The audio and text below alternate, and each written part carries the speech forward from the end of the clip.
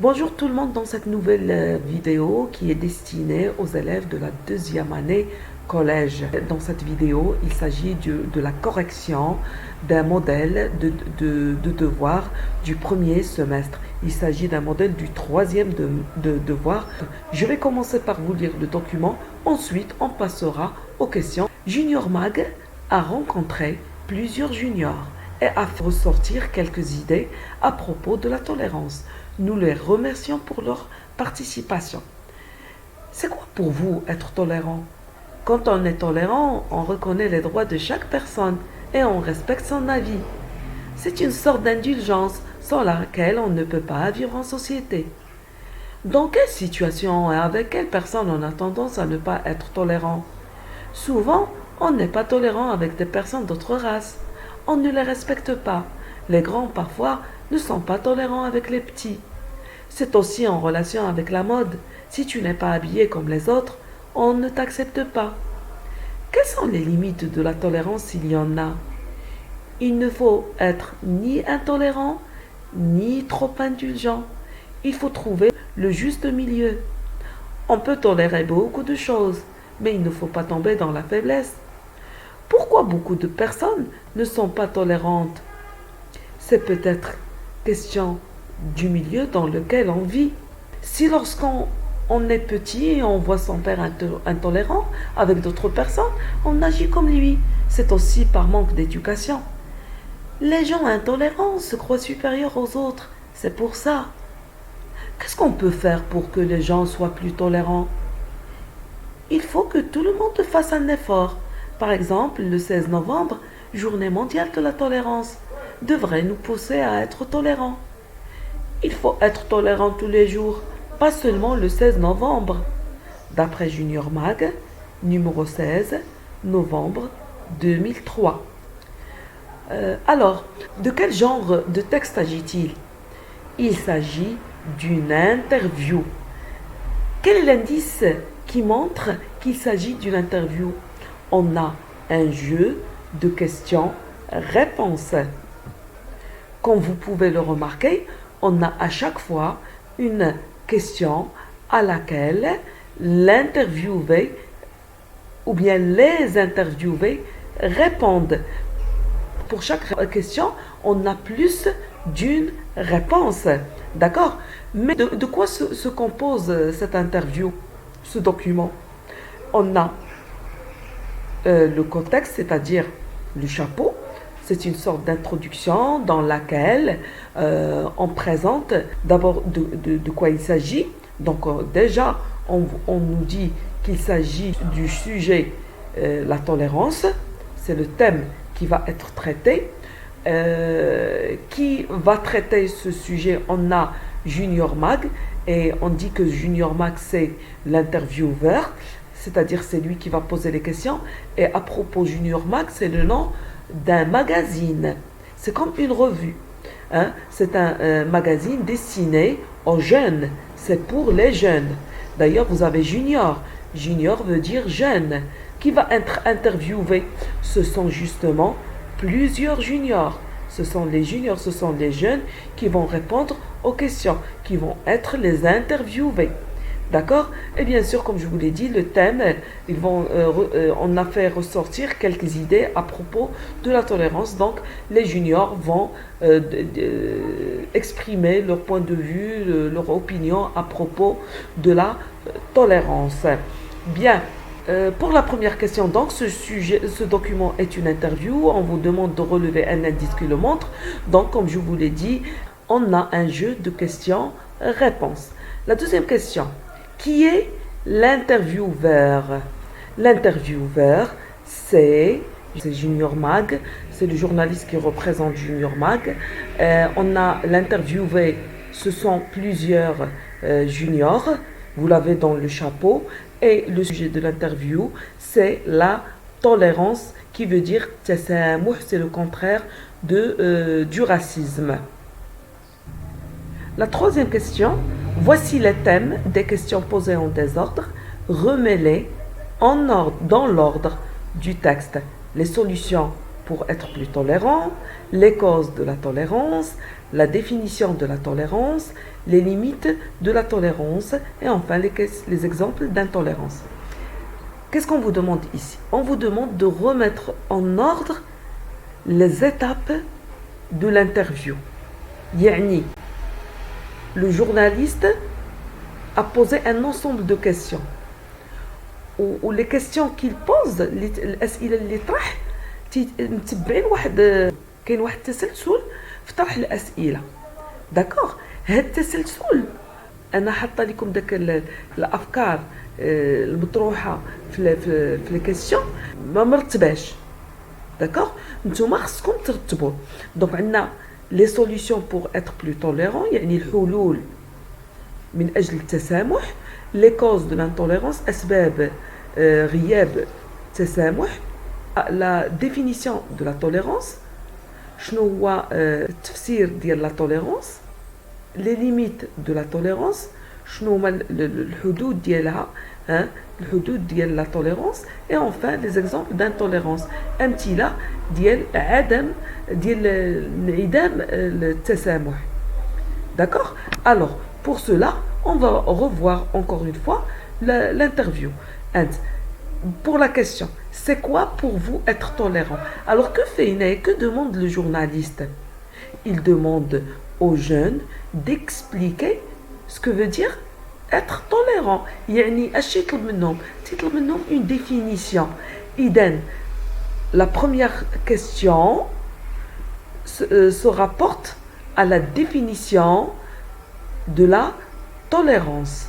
Après, la deuxième question, dans quelle situation et avec quelle personne on a tendance à ne pas être tolérant? Il demande des exemples d'intolérance. Donc, comment les jeunes ou bien les juniors définissent-ils la tolérance? L'un qui dit quand on est tolérant, on reconnaît les droits de chaque personne et on respecte son avis. يعني ملي تيكون الشخص متسامح تيعترف بالحقوق ديال كل شخص et تيحترم الرأي ديالو. Donc c'est ça le sens. Quand on est tolérant, on reconnaît les droits de chaque personne. On reconnaît يعني نعترف. الواحد اللي tolérant تيكون يعترف بحقوق الآخر، بحقوق الإنسان كل شخص ويحترم رأيه. إذن et on respecte son avis. Un autre jeune, comment il explique être tolérant? Il dit que c'est une sorte d'indulgence sans laquelle on ne peut pas vivre en société. يعني une sorte d'indulgence، يعني شكل من أشكال الرحمة والصفح والتسامح، sans laquelle on ne peut pas vivre en société. يعني الإنسان إلا ما كانش رحيم بلوتو، وما كانش صبور وما كانش متسامح، لا يمكن أن يعيش في المجتمع. هذه donc هنا بالنسبة له être tolérant c'est une façon d'être indulgent. Quand on n'est pas indulgent, on ne peut pas vivre en société.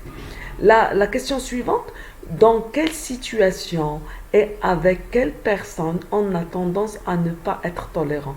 هذا هو les exemples d'intolérance. Les exemples d'intolérance يعني في أي مواقف أو وضعيات مع أي أشخاص on a tendance à ne pas être tolérant. Donc souvent on n'est pas tolérant avec des personnes d'autres races. يعني أشخاص اللي تيكونوا عندهم من عرق آخر، من جنس آخر. بعض الناس تيكونوا غير متسامحين مع ناس تيكونوا من أصل آخر، من عرق آخر، هو ديال الراس. On ne les respecte pas. ما تنحترموهم. C'est aussi en relation avec la mode. آخر شاب آخر تيقول بأن عندها علاقة أيضا بلا مود، بالموضة. Si tu n'es pas la troisième question, quelles sont les limites de la tolérance s'il y en a? الحدود ديال la tolérance. Il ne faut être ni intolérant ni trop indulgent. Un autre jeune dit on peut tolérer beaucoup de choses. c'est-à-dire on peut supporter beaucoup de choses,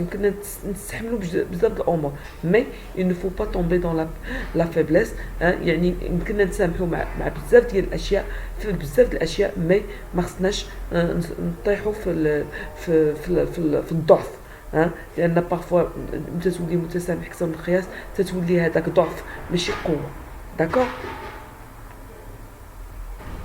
La question suivante posée par Junior Max, c'est pourquoi beaucoup de personnes ne sont pas tolérantes. Donc ici, il pose la question sur la cause ou bien les causes, les causes de l'intolérance. Alors, comment répondent les jeunes à cette question? Donc, l'un qui dit c'est peut-être une question d'influence du milieu dans lequel on vit. Donc, il dit que c'est l'influence du milieu dans lequel vit la personne. Si, lorsqu'on est petit, on voit son père intolérant avec d'autres personnes, on agit comme lui. C'est aussi par manque d'éducation. Donc là, il parle de l'influence du milieu. زعما التأثير ديال الوسط فين كبر الشخص. Il a الأب ديالو est intolérant، راه الطفل تيتاثر بالوالد ديالو اذا وتيصبح حتى هو intolérant. Donc finalement c'est manque d'éducation. Un autre jeune dit les gens intolérants se croient supérieurs aux autres, c'est pour ça. Donc ici c'est un problème de sentiment, c'est le sentiment de supériorité chez certaines personnes. C'est ça ce qui les pousse à être intolérants, parce qu'ils se croient, ils se sentent supérieurs aux autres. Voilà pour les causes citées. Et dans la dernière question, qu'est-ce qu'on peut faire pour que les gens soient plus tolérants? Alors la question posée par Junior Mac porte sur les solutions. Qu'est-ce qu'on peut faire? C'est-à-dire, quelles sont les solutions? Alors les jeunes répondent de la façon suivante. L'un qui dit il faut que tout le monde fasse un effort. يعني الجميع يجب أن يبذل جهود. Par exemple, le 16 novembre, journée mondiale de la tolérance. Donc la tolérance, elle est célébrée dans le monde entier. Il y a la journée mondiale de la tolérance qu'on fête le 16 novembre. Devrait nous pousser à être tolérants. Donc la journée mondiale de la tolérance devrait normalement pousser tout le monde à être tolérant. Et un autre dit, il faut être tolérant tous les jours, pas seulement le 16 novembre. Donc l'autre, il dit qu'il ne faut pas être tolérant seulement le 16 novembre, mais chaque jour, il faut montrer, faire preuve de tolérance. Donc c'est un comportement. La tolérance, c'est un comportement que l'on doit vivre au quotidien. D'accord. Donc, بشكل يومي تمارس التسامح بشكل يومي. Donc on a ici les solutions pour que les gens soient plus tolérants. Et voilà donc l'ordre suivi par le journaliste dans les questions qu'il a posées. Il a commencé par la définition de par demander la définition de la tolérance. Ensuite, il a demandé aux jeunes de donner des exemples d'intolérance. Après, il leur a demandé de dire les limites de la tolérance. Ensuite, il leur a demandé quelles sont les causes de la tolérance. Et enfin, il leur a demandé de lui donner les solutions, de proposer des solutions pour être plus tolérant. Maintenant, on va passer à la question 4. On vous demande de relever deux définitions de la tolérance. Les deux définitions de la tolérance sont les suivantes. C'est reconnaître les droits de chaque personne, respecter son avis. La tolérance, c'est une sorte d'indulgence. Voilà, on peut dire être tolérant, c'est reconnaître les droits de chaque personne et respecter son avis. Donc voilà les deux définitions qu'on peut retenir. Reconnaître les droits de chaque personne, c'est ça être tolérant. C'est une sorte d'indulgence, c'est une autre définition de la tolérance. La question 5 relève les causes expliquant le manque de tolérance selon les jeunes. Alors là, on peut retenir comme cause le manque d'éducation ou bien l'influence du milieu, le sentiment de supériorité. Donc les gens intolérants se croient supérieurs aux autres. Donc voilà pour les causes que j'ai retenues. L'influence du milieu, c'est-à-dire tir dial wasat, hein, donc la personne subit l'influence du milieu où il a grandi et le sentiment de supériorité chez certaines personnes. La question 6, la dernière. Les questions posées sont-elles ouvertes ou fermées? Justifie ta réponse. Alors, pour savoir est-ce que les questions sont ouvertes ou fermées, on va voir, on va les revoir encore une fois. On a ici, par exemple, qu'est-ce que on peut faire quelque chose. Qu'est-ce qu'on peut faire? Là, on pose la question sur le complément d'objet direct. On peut faire quelque chose. Hein? Donc, elle est partielle. On pose la question sur un élément de la phrase. Ensuite, on a ici pourquoi beaucoup de personnes. Donc, pourquoi? On pose la question sur le complément circonstanciel de cause. Ici, quelles sont les limites de la tolérance? Les limites de la tolérance sont. Hein? Donc là, on pose la question sur l'attribut du sujet. Parce que la réponse va être les limites de la tolérance sont.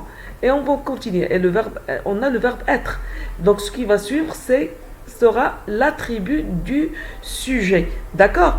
La première question, par exemple, c'est quoi pour vous être tolérant? C'est quoi? Donc là, on a besoin d'une définition. On doit définir, expliquer ce que c'est être tolérant. Et dans la deuxième question, dans quelle situation? Hein? Dans quelle situation et avec quelle personne on a tendance à ne pas être? Donc, dans toutes les questions, on remarque qu'on a des interrogations partielles, on a des questions partielles. C'est pourquoi on va dire qu'il s'agit de questions qui sont ouvertes parce qu'elles sont partielles. On pose la question sur une partie, sur un élément de la phrase et de plus, la réponse ne sera pas par lui ou par non, mais par toute une phrase. Et on passe maintenant aux questions de longue communication. Trouve la question qui correspond à chaque réponse.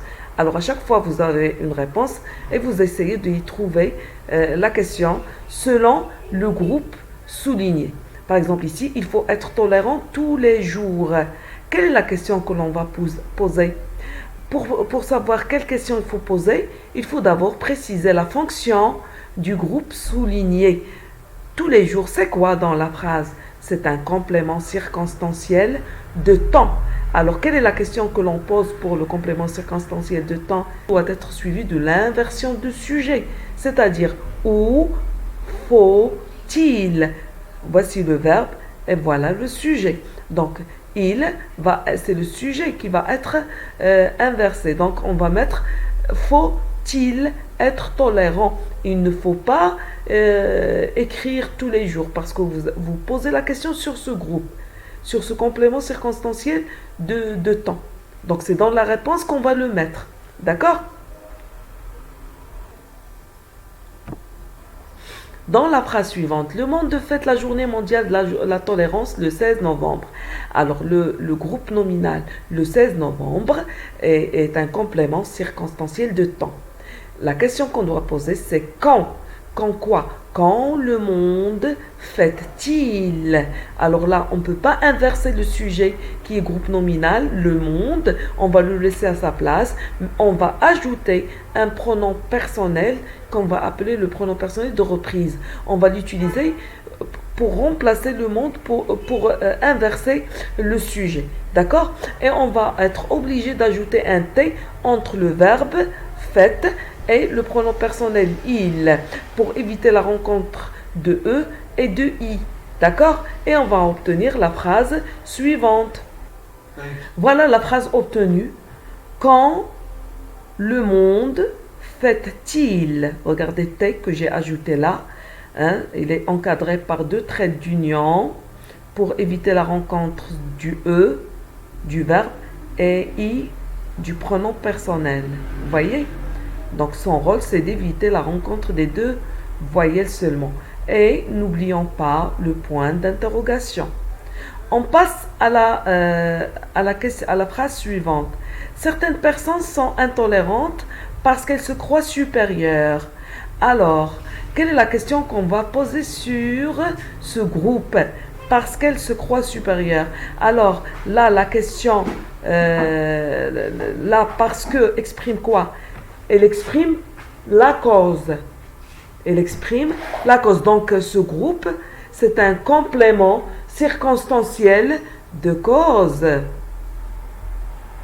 Et quelle est la question que l'on pose sur le complément circonstanciel de cause? C'est pourquoi. Hein? Pourquoi? Pourquoi quoi? Pourquoi certaines personnes sont-elles intolérantes?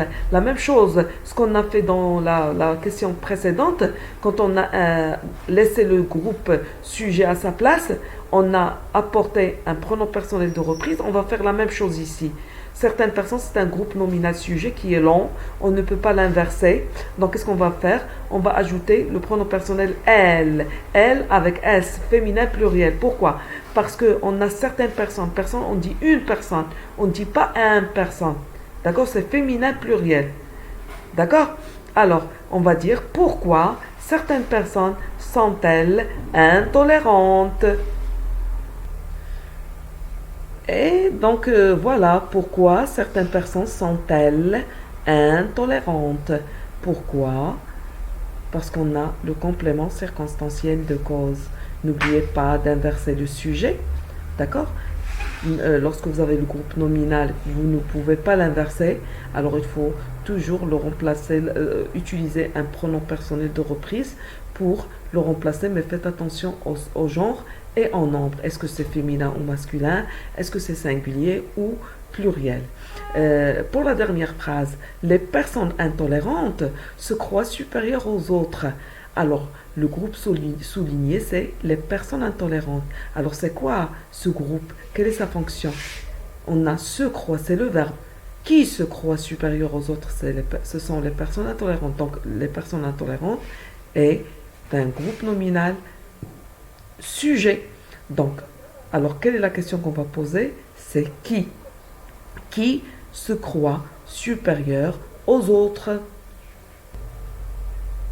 Voilà la phrase interrogative. Qui se croit